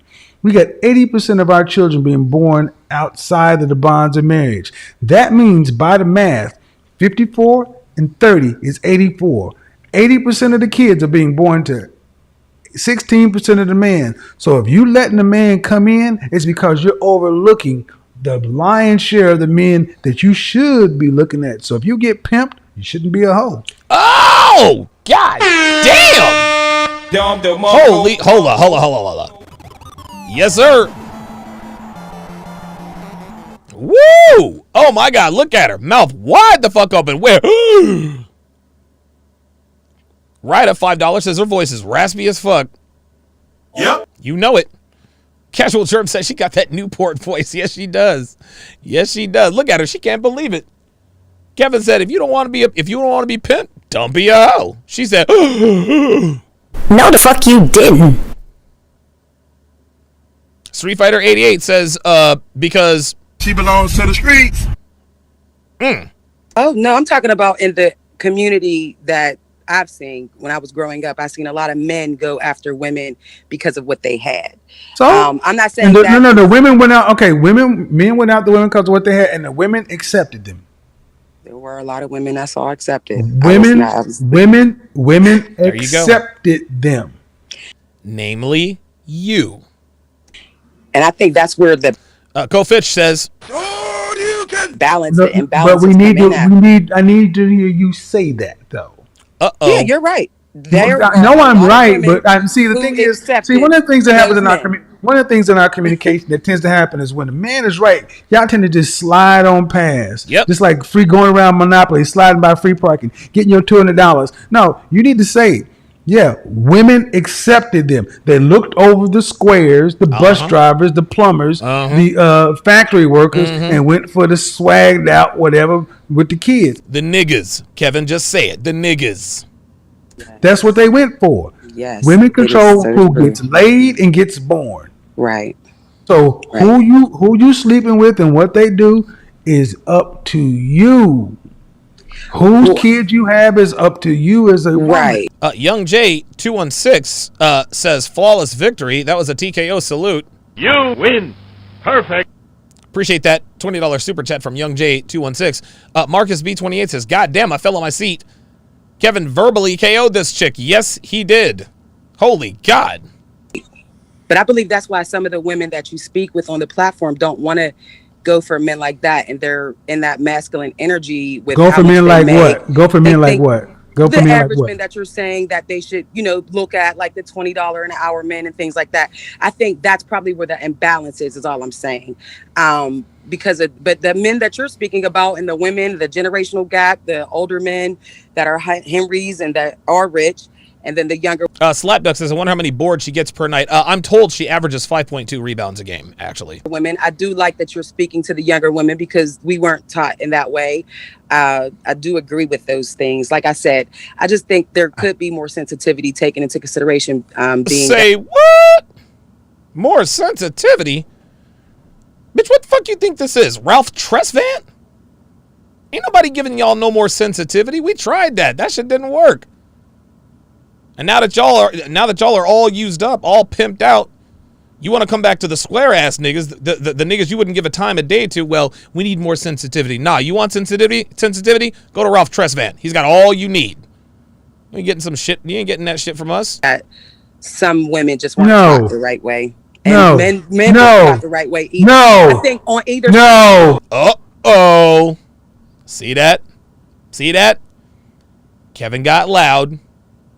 And so Tevin's got to make an appearance. That's it. Listen, Kevin tried to be nice. He tried to be nice. But now she's done fucked around.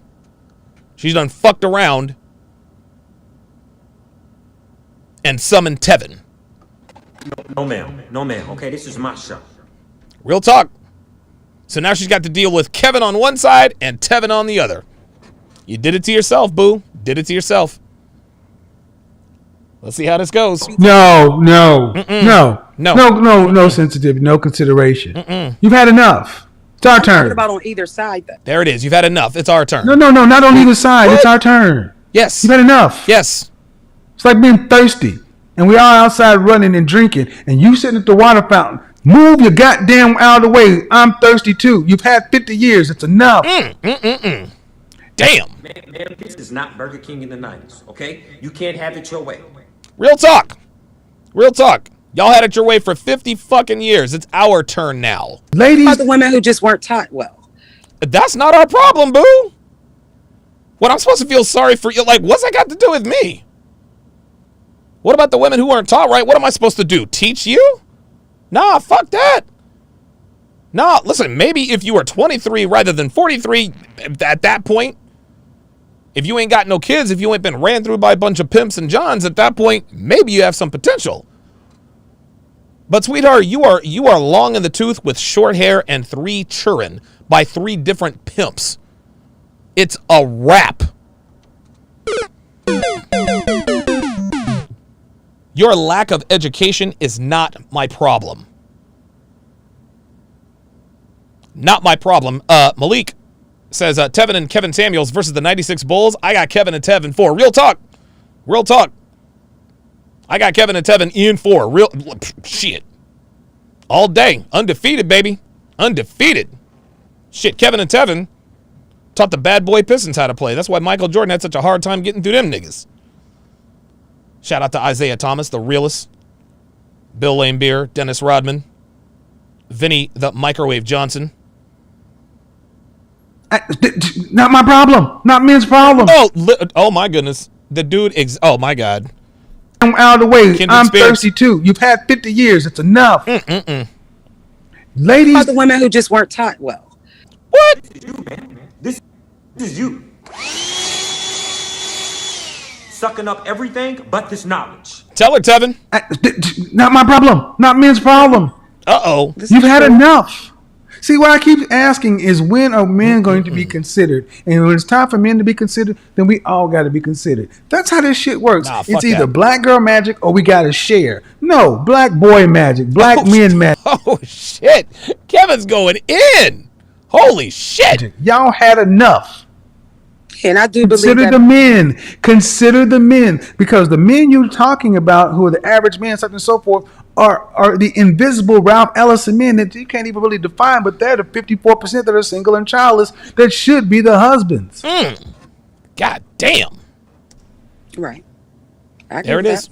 So if women are going for the 16%, making 80% of the kids with them, why do we need to give consideration? We need to say, what the fuck is wrong with y'all? Go have kids over here with a man who can pay for them. Real versus talk. being 1 out of 5 over here. You know, in Memphis, they had, 3 men had 84 kids? You want consideration? 3 men had 84 kids. When I heard that, I couldn't believe it. So I had to go look it up. I had to go look this shit up for myself. And believe it or not, y'all, this was actually true. Check this shit out. Check this out. Tennessee's deadbeat dads, the 3 men who have fathered 78 children with 46 different women, and they're not paying child support to any of them. I can't imagine they would. Can't imagine they would.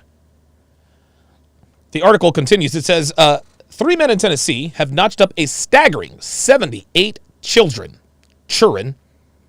by 46 different women between them, and are doing their best to squirm out of paying for a single one. Terry Tunage has 23 children with 17 different women, while Richard M. Colbert has 25 children with 18 different women.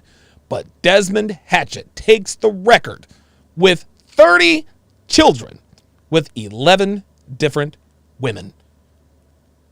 This dude is having 3. This dude is damn near. This dude has put babies in 11 women. So each woman has had damn near 3 of his kids. The article continues, on rare occasions, they pay a few dollars for the long-suffering mothers, but mostly leave the state to pick up the slack, while one eludes his responsibilities altogether thanks to a stint in prison. The latest deadbeat dad to emerge from the state is Tunage, who was summoned before a judge over child support.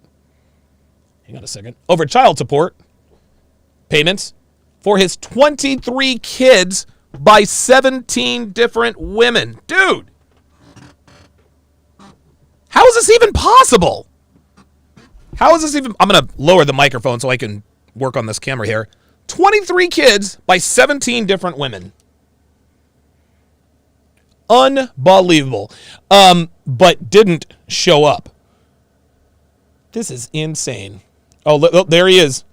Verrill, Desmond Hatchett left, who has 30 children by at least 11 women, while Terry Tunage Wright has 23 kids by 17 women. They're both trying to get child support payments lowered. I mean, for real? For real? Unbelievable. One of the mothers, who had spent nearly 8 years with Turnage, said her knees buckled when a prosecutor told her the father of her child had 20 other children. During the whole relationship, I knew of only 4 children, LaToya Shields told WREG at the time 3 years ago. My child was the 21st child, she says. Yeah, that would be overwhelming for anybody. Last month, Turnage filed a petition at the Shelby County Juvenile Court. Oops. God damn it. To lower his child support payments for the mothers of his children, but never turned up to the hearing.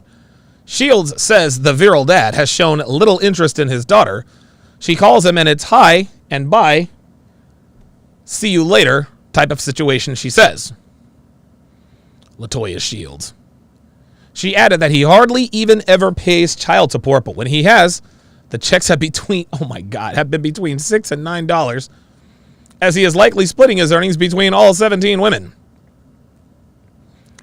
The meager sums come despite the court ordering Turnage to pay Shields $259 a month for their child. But she said she does not expect to see that sort of money. The most prolific dad is 33-year-old Desmond Hatchett of Knoxville, who has 30 children by at least 11 different women. Last month, he asked the courts to give him a break from paying for him. It is little surprise the virile dad is unable to pay up. He's been in and out of prison for the past 3 years, during which time he has somehow reportedly fathered another 9 children. Oh my God. What? Oh, shit. He's got some strong swimmers. I'm trying to tell you. He was sentenced to 6 years in prison for aggravated assault, but most of the term was suspended for, quote, enhanced probation, which he promptly violated by getting arrested for domestic Duracell. Hatchett now remains behind bars in the Morgan County Correctional Complex and has lost 2 parole bids, according to the Smoking Gun.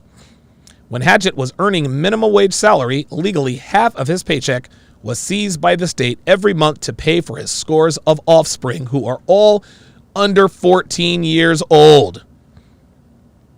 Depending upon the ages of the children, he should have been paying anywhere between $25 and $309 to the mothers of his children. Dude. But in reality, his paycheck only allowed a paltry $1.49 per child. He told Fox2Now.com where it all went wrong. I had 4 kids in the same year twice. Oh my God. Yo. But he does manage to remember all of their names, ages, and birthdays. That's actually quite impressive there for Mr. Hatchett. Hatchett first appeared in court on missing child support charges in 2009 when he had 21 children. He said he would not father any more, but has had 9 more in the past 3 years. Fuck! I didn't intend to have this many. It just happened, he said. In his latest court appearance last month, 11 women were seeking child support payments from the man who has set a Knox County record for his ability to reproduce. Following in close pursuit is Richard Colbert, who has 25 children by 18 different women, but Colbert claims he doesn't have to pay for a single one, as they are all adults. And he added he feels lucky. Everyone's not able to have children, he told Action News 5. Another man in the state, another man in the state said he bears the brunt of Colbert's poor choice. The unfortunately named Richard A. Colbert is inundated with calls from women and children demanding child support. I'm constantly receiving phone calls from people who know this man. They're trying to get in contact with him, Richard Colbert said. Attorney Warren Campbell told Action News 5, if a person does not pay child support, the state ends up paying, and there is no legal way to stop people from having children. I don't think I have ever heard of anything like that in my life. Holy fuck. Consider the men. That's what every other race does. The women consider the men first. In our community, we want the men to always be on the lookout for what's going on with women. Consider the women. Consider the women. No. I do believe it's on how you're raised too. Whatever. I was raised. I mean, with the men, I've seen men that were raised very well, had good father figures, and they turned out well. I see men that didn't have father figures and how do you get a better black community if you don't build and birth competitive black men? Right. You don't, Kevin. If you have 4 children, 3 daughters and a son, and you can send one to college or for EW 444 says that guy's the raw dog king. improved resource training and outcomes. Who do you send? Say it. The son. There it is. Why did it take so long? There it is. No, it didn't, because I already knew the answer. I thought you were going to answer. But my thing is, I know you. But it's not me. It's not me, ma'am. It's what every other group does. They focus on the men because the men are the builders and the revenue producers. And in our community, we focus the resources on the women. That's right. The women, the attention on the women. always about the women, and we need to focus it on the men. Giving the consideration to women has got us where we are. Woo! Last. Broken. And broke. Floundering. And broke. We need to put attention on the men, the boys. Forget the men. Forget the men who are your age. What about the boys? The ones under 18. What are we doing to give them? Where's Black Boy Magic? Where's all the resources for the boys? And not meaning asking the men to come back and mentor these boys. Look, you see that? That's defeat. That's defeat in their face. It's asking a single childless man to come mentor 16% or 16% of kids, because 30% of the kids got daddies. Yes, sir. Asking 54% of the men to go mentor 16% of the children, go mentor kids that are coming from 16% of the men is untenable. You need to be with these men. This is incredible. So 16% of men in the black community are fathering 80% of the children. That's incredible, but I'm not surprised. I'm not surprised. I'm really not. And then mentor the boys. I'm going to say something that's going to be real controversial. Uh-oh. We need to start taking resources from the women and giving them to the boys. No, the fuck you didn't. Damn. Or else That we would go be- nowhere. Yeah, and that could be done through programs and things being created for them. If the concentration, But in order for Yeah, but we all know that's not going to happen. That's not going to happen. Like, the government is going to say, okay, let's take resources away from women and give them to men. that to happen, in order for that to happen, women must voluntarily give up preferential treatment. Ooh. And that, Kevin, that's not going to happen, bro. is not likely to happen. There it is. Well, I'm grateful you are sounding the alarm, Mr. Samuels. Well, the thing is, I asked women, just like Jordan Peterson was asked by Kathy Newman. So women do women have a responsibility in helping men? He said, well, it depends. What kind of mate do you want? Do you want an overgrown child, or do you want someone to contend with, someone to help you? You cannot start asking men to be something they were not raised to be. Bingo. Bingo. And that's my main contention with guys like Steve the Dean Williams. Love Steve to death, but Steve is constantly preaching, gotta be a man, gotta be a man, gotta be a man, da da da da da da. Yes, we have to hold men accountable for the things that we learn, but Steve tends to hold men accountable for shit they've never been taught. That's what this woman is doing here. But then when the women weren't taught correctly either, it's the pimp and the hoe game from back in the slave days.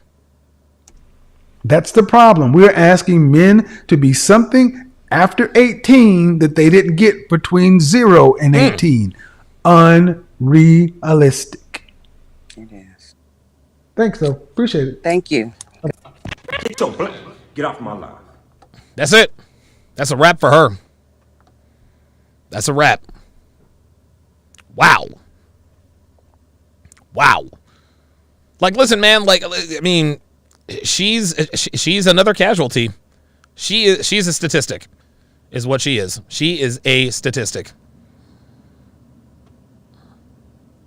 Pine, Ohio, with the looks like 15 Israeli new shekels, roughly $5. Appreciate the super chat. Kofich, $5 says, that's rich. Her dismissing, quote, squares and average black men. I used to be ignored and called Oreo and Steve Urkel. Women like her all did this. Kofich, if you can believe this, so was I. So was I.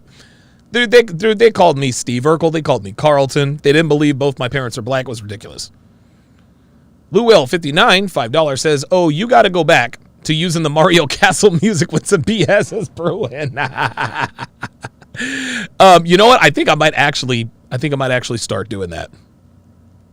Because that's a good. That is a very. It's a very good background sound. Hang on a second. Is that the one you're talking about?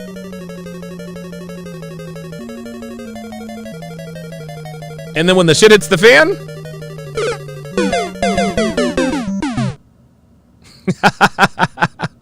I think I'm going to go back to that. Because that was one of the better. That was definitely one of the. One of the better sound effects. Definitely one of the better sound effects. Mexi Man and Cheese, $5 says, do you know what episode it was recently where Kevin said, average earning men, you're not worthless. Didn't realize I'd never heard that until I did. I don't know what episode that is, unfortunately. I do not know what episode that is. I don't know. I'll look back in the archive, see if I can do a little bit of research. You guys know how that goes. Rebel 5150, $10 says, I wouldn't trust none of those ninjas to pull out of a driveway. Yo, my nigga was the raw dog king. Like, real motherfucking talk, dude. Like, real fucking talk, fam. Like, real talk. I was like, yo, what the hell? Here we go. That's a little too loud. There we go. Very good. All right, I got you covered. Lou Will 59. Bring back the Mario Castle. Yeah, I agree. Dude, yo, man. Ice Dragon Kid says, haven't seen a beatdown that bad in a while. Well, buckle up, because another one is coming. Let's continue. All right. Good conversation, though. You're right. I mean, we got to start putting resources towards the boys. Yes, sir. Nephew, hello?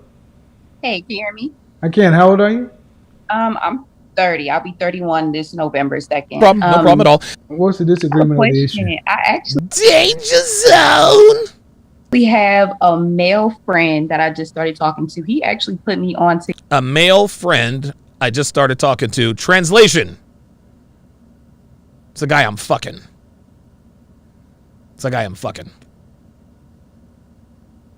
That's really what it is.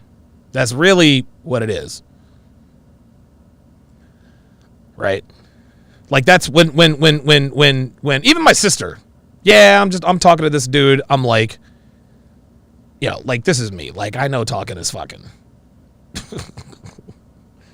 your video tonight, actually. So I have a couple of questions. One being, I hear a lot in your videos, you talk about the 16% male that women are running towards more so.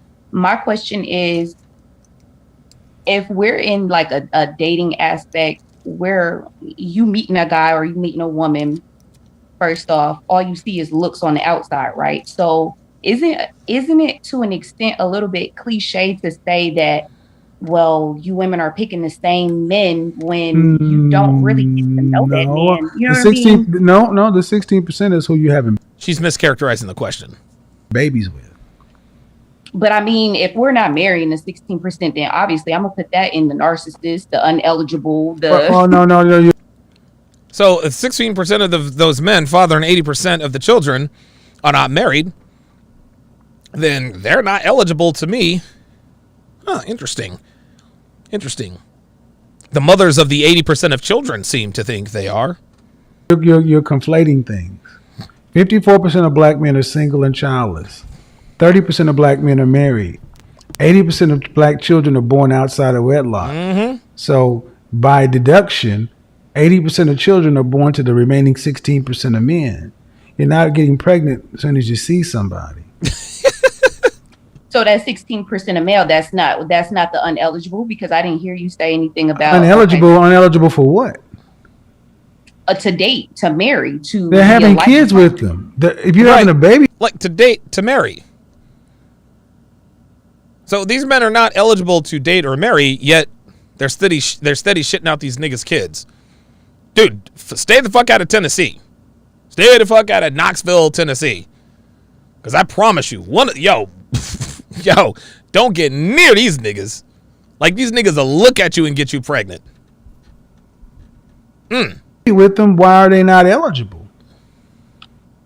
If you're having a baby with them, that doesn't make them eligible, though. So why? Oh, if you're having a baby with him, that doesn't make him eligible, though. There you go. So why lay down with him if he's not eligible? Why, if this ain't shit nigga is uneligible, why are you letting him skeet all up in you? Why are you taking the kids instead of swallowing the kids and then having his kids? Well, then that's your problem. Okay, well then whose problem is that? Mm-hmm. I'm not saying it's anybody's problem. Oh, it is somebody. No, it is somebody's problem. Yes, it is. If a woman is having a child with a man who's not eligible, whose fault is that? So none of in that 16%. If a woman is having a child with a man who's not eligible, whose fault is that? And we're not. Okay, she doesn't want to answer the question. Counting. If a woman is having a child with a man who's not eligible, whose French toast fault is that? But the French toast. But we're not. If a woman is having a child with a man who is right, I know. I heard whose fault is the fact that she chose a man who's ineligible to make a baby for? Whose fault is it that she chose a man who is ineligible to make a baby with? But what I'm telling whose fault is it that she chose a man who is ineligible to make a baby with? Are we not counting? Whose fault? I'm going to ask one last time, and I'm going to move the F on. You're not going to go past this question. I've said it 7 times. Please understand, I expect an answer. Right, and I'm about to give you one. But whose fault is it? Don't give me a preamble. Just tell me, man or woman. Get off my phone. Whoever put you on, sir, whoever you are, leave her alone. Look at her. She's still talking. If a woman can't follow simple, goddamn instructions to a basic mother flipping question, what is the point? You're talking to nobody, man. Nobody can hear you. Put your bonnet on your head. She did not. You want to know something? Look at her. She's still talking. Look at her. Still talking. Not the bang. The bang. Oh. No, not the bang. The bang. Oh. Fuck no. Stop talking. You understand yet? You don't get to just do what you want to do here. The reason she didn't answer the question is because she knew the answer. She knew the answer. You either answer my question or I bid you a good night. But you're not. Get your blank. Get off my line. You're muted. I've said it before. You're muted. You're muted. I'm gonna use it one way or another. And you wonder why so many of our women can't get from A to Z. There you go. It wasn't a trick question, people. Nope. It was a simple request of whose fault is it that a woman had a child for an ineligible man. That's all it was. And she's still talking. You're still talking, lady. I want you guys to see this woman is still talking. Look at her. She's still talking. Look at her. She's still talking. Stop talking! Look, the bitch is still talking. Winter is coming. Still. Uh-oh. That's it. That's it. Can't nobody hear her talking. She's steady talking. What? I am a strong, independent woman. Wow. I told you. What did I tell you? Didn't I tell you? 'Cause I told you. And when did I tell you? A long time ago. And what did I say would happen when I told you? Exactly what just happened. Hear my womanly roar. Yeah! Ain't nobody got time for that. I'm here. Woman, Get back in here and make me a sandwich. Oh, God. That's it. Hello? Said, get off my live. Now, that right there actually reminded me of another interaction I had with a loud and boisterous woman. Let's take a look, shall we? Can I respond now? Yeah, absolutely, Jen. I would really appreciate it if you just call me by my name. Is that impossible for you to have respect to call me by my name?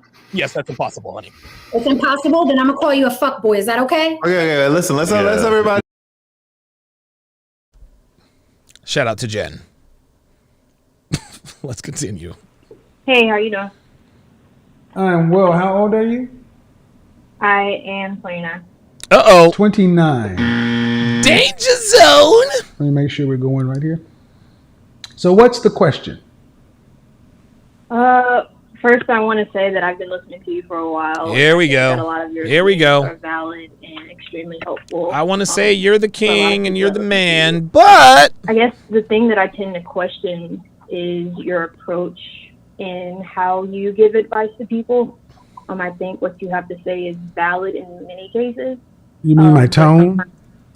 Another tone. Not necessarily your tone. I think sometimes people get the tone mixed up with the message. But I think sometimes the message gets lost in that a lot of women that come on seem to be lost because they don't have the father figure to tell them things and they don't know a lot of the things that you're saying. Okay. But well, unfortunately, they need to improve. That's just where I'm at with it. We cannot continue to ask men to supplement for the fact that women aren't where they need to be. Listen, Kevin is not going to say it because he has more class than I do. So I'm going to just say it. You can't expect men to supplement for women when women ain't shit. See, Kevin chooses his words very carefully because he has a bigger platform, and I think it's his responsibility to do so. But women aren't where they need to be. Translation, bitches ain't shit. Ostrike, $10. Appreciate that. He says, sorry, I took a phone call during Goose Day. Number one, 8%, not 0.8% according to her own numbers. Number two, where does the 45,000 false accusation number come from? Only the women who are busted for false accusation. Exactly. We've done that for too long. When men are where they need to be, women need to level up. Yep. That's it. That's it. Because softening the message. Edward Mason said, Bonnet Girl is still talking too. Yes, she is, isn't she? Changing the tone does nothing. How long have you watched my platform? Oh, here we go. I'd say probably about 3/4 of a year now. All right. There have been plenty of times where I have moderated my tone and you get the same outcome. It's actually tends to be, and I think there's the thought out there that if you were to change your tone, you'd catch more women. No. I think it. River Bacon says, y'all notice how he asked if it was his tone, and she said not necessarily, which is her way of saying yes, it was the tone, but I don't want to say no. Yep. Good call. I honestly think I catch fewer based upon what I know about the marketplace. There you go. There you go. This is just straight wisdom. Straight wisdom. So, you ever make allowance for the fact that is this maybe the same? I'm not harsh enough? Oh, it started over. Oh, all right. Well, never mind. I didn't realize that it had started over. All right, cool. Man, I was ready to keep it going. God damn. Fantastic show, guys. Fantastic Friday show. Later on, I'm going to be broadcasting my workout. That's right. The 3/4 of a year. Right. Okay. Thanks, Dev. So later on, I'm going to be broadcasting my workout. And I think it's going to include, I think they'll probably include deadlifts. We'll see. I might just do deadlifts tonight just to prepare for my 430-pound deadlift attempt on Sunday. Then I'll do some upper body tomorrow. But coming up next is the fantastic F-Boy Island breakdown. I got to tell you guys, I did not have high hopes for F-Boy Island. I really didn't. F-Boy Island has pleasantly surprised me. What happened on yesterday's breakdown it was shocking as shit. It was unbelievable. We had one guy from a small town in Ohio telling some California girl who had been dating professional athletes and rappers and all this other kind of stuff. He says, "You don't deserve shit. You don't deserve any of these guys." He straight called her out. He said, "You said you're a fake and a fraud. I see right through you." He told that to her face, and her ass went chasing after him. Yes, the hell that happened. Yes, the hell that happened. I'm gonna post a little bit of that on YouTube for you guys to see. Yeah, King Life says Casey for the win. There have been 3 Caseys in our dating show breakdowns. The first Casey was a woman. She was a woman. Not too easy on the eyes. She had an alpha boyfriend. Dude, he is the best she will ever do. He ended up leaving Casey for another woman, and now Evan Smith is now has a harem of Instagram models. Evan wins. Then there was the guy Casey, who was in a relationship with a girl named Ashley. She was white Ashley, so we called her Washley. She had a fat ass, so we also called her Ashley. She played a diabolical game, completely fucked over Casey, but we scrolled through Casey's Instagram, and Casey has recovered. Casey is now a bodybuilder. He looks fantastic. He's got hoes in different area codes. Like he is good. So Casey recovered. The third Casey was another boy Casey, another male Casey from Ohio. And he caught the eye of easily the most insufferable chick of the 3. A girl by the name of CJ. CJ's hot. CJ not too bright. Not too bright. She's as dumb as a box of rocks, but she's hot. She shit tested Casey all through the series. Casey passed each and every one of them. Well, she had a little plan to try to make him pay for something that he had done, and that plan backfired. And she knew it. So, if you guys want to get in on the fun, download that SharpStream app, guys. Listen, you can watch all of my premium content live for free every day right after TSR Live. If you want access to the archive and the replays, become a patron, $5 a month, or become a member of SharpStream, $5 a month. Guys, it's less than 17 cents a day. And guys, I have an ocean of dating show breakdowns now. Dude, Love is Blind, 90 Day Fiancé, Temptation Island seasons 1, 2, and 3. What else do we have? F-Boy Island, Love is Blind, After the Altar. Like, I can't even think of any other ones. I mean, there are. I'm gonna actually have to count them, because dude, at this point we're talking hundreds of hours of breakdowns. Hundreds of hours of breakdown. I might actually start packaging them up. I might start packaging them up. Kofich says, "How do you update the app? The app isn't working for me." Delete the app and then go to the App Store and re-upload it. Daniel, why is my cursor's acting funny today? Daniel Mason, $20 super chat. Appreciate that. Says thanks for the stream. Anytime. King of Life says, also we get to use GIFs, and it gets pretty funny. I'm telling you what, the chat is undefeated. Dude, the chat is half the fun. The guys absolutely love tempting my inner fat kid by talking about food, pizza gifts, and all that good stuff. I curse them all out, damn them all to hell, and then continue. So we have great fun during these breakdowns. Great fun during these breakdowns. Yeah, if you guys have any app issues, just go to sharpstream.com. That's all you got to do. That's all you got to do. Not hard, not complicated. It is WTF. It is. Oh, how about that? That is going to do it for this, the 786th edition of TSR Live. Thank you all for joining me today. Thank you to all of the Super Chatters, new members, and of course, my Sniper Squad. F-Boy Island Breakdown coming up next on Sharpstream. Take care.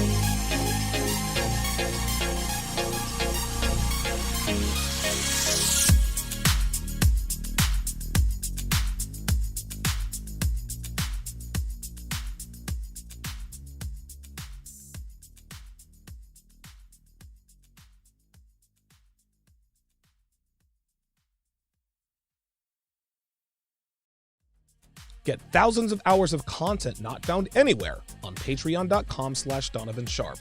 Link in description.